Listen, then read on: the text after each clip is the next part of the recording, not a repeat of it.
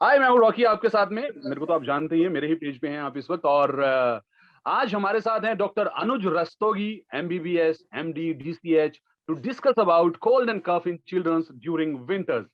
Doctor साहब, सबसे पहले तो आपका स्वागत है। सर्दियों के अंदर में खांसी जुकाम के साथ साथ आपका स्वागत है। थैंक यू रॉकी भाई, thank you. It is my अच्छा, pleasure, you have invited me for the same. मैं ये पूछना चाहता हूँ डॉक्टर साहब कि ये जो विंटर्स आने वाला होता है और जिस दहलीज पे हम खड़े होते हैं सर्दियों की, तो इस वक्त कोल्ड एंड कफ के केसेस बहुत ज्यादा इंक्रीज हो जाते हैं। क्या कोई स्पेसिफिक रीजन है इसके लिए? देखिए, इसका सबसे बड़ा कारण तो ये है कि एक तो हमारी बहुत विशाल पॉपुलेशन है, काफी बड़ी जनसंख्या है और उतने बड़े हमारे उस साइज के घर नहीं है। तो एक छोटे घर में ही बहुत बड़े बड़े परिवार रहते हैं और ठंड के समय वो ठंड से बचने के लिए सभी एक कमरे में एकत्रित हो जाते हैं। और जैसे आपने देखा होगा, रजाई के अंदर ही पूरा परिवार एकत्रित हो गया। गर्मियों के अंदर आपकी वर्किंग टाइम्स और वॉकिंग टाइम्स और शॉपिंग टाइम्स वो बड़े लंबे होते हैं, तो सब लोग एक साथ इकट्ठे नहीं होते। जाड़ों के अंदर देर जी। से आदमी उठता है और शाम को जल्दी घर पहुंच जाता है। खासकर नॉर्थ में यही पैटर्न है, तो एक से दूसरे में वायरल इन्फेक्शन स्प्रेड हो जाता है। जैसा कि आपने कोरोना में भी देखा, कोरोना भी एक वायरस था और ये जो विंटर के वायरस है ये भी सब एक वायरस है।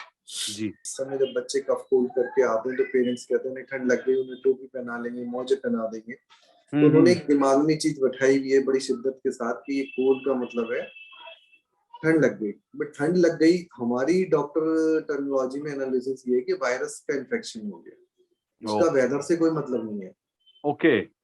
ये जाड़ों के अंदर जनरली यूं बढ़ जाता है कि कुछ वायरस जो कोल्डर क्लाइमेट में ज्यादा पनपते हैं वो हम्म। वायरस कोल्ड कफ ज्यादा करते हैं और हम सब एकत्रित होकर रहते हैं, एक जगह कोजी होकर रहते हैं, तो हम्म। इसलिए ये इन्फेक्शन आपस में ट्रेवल करता है और ज्यादा हो जाता है। अच्छा, मतलब सर्दियों के अंदर में आइसक्रीम खाने से कोई परहेज नहीं, आप खा सकते हो?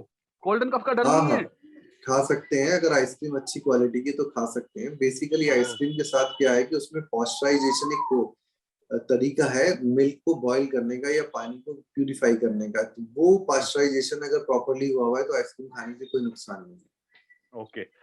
कोल्ड एंड कफ से प्रिवेंट करने के लिए जो बच्चों में कोल्ड एंड कफ होता है, पेरेंट्स को क्या एडवाइस देना चाहेंगे आप? पेरेंट को एक तो फ्लू का वैक्सीन जरूर लगवाना चाहिए, जो कि हमारी कम्युनिटी फ्लू का वैक्सीन लगवाने में बहुत हिचकती है।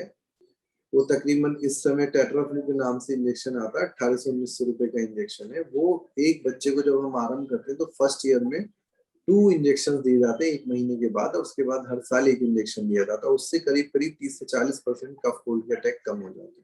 ओके। दूसरी चीज, कफ की मेडिसिन कम से कम यूज करी जाए। तीसरी चीज, बच्चों को नहलाना जरूर है।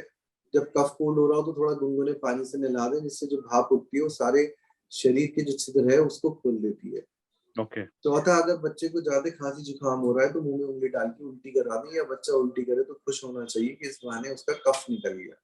ओ, लोग परेशान हो जाते हैं। आप जबकि उल्टा ये करते हैं कि आप खांसी की दवाई दे दे के उसको सप्रेस करते रहते हैं और वो धीरे धीरे आपका जो कफ है वो मोटा होता चला जाता है या पीले रंग में परिवर्तित हो जाता है।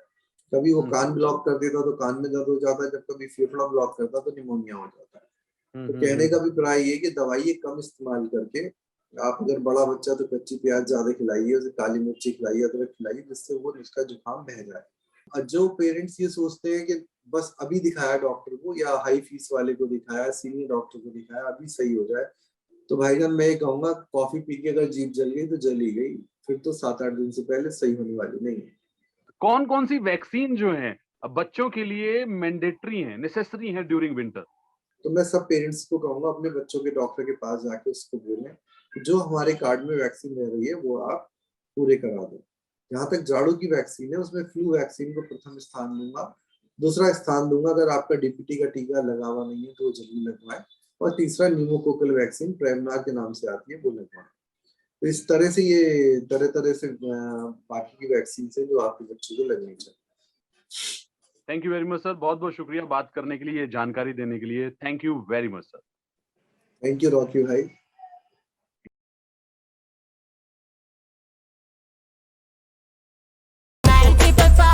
9 3.5 बजाते रहो।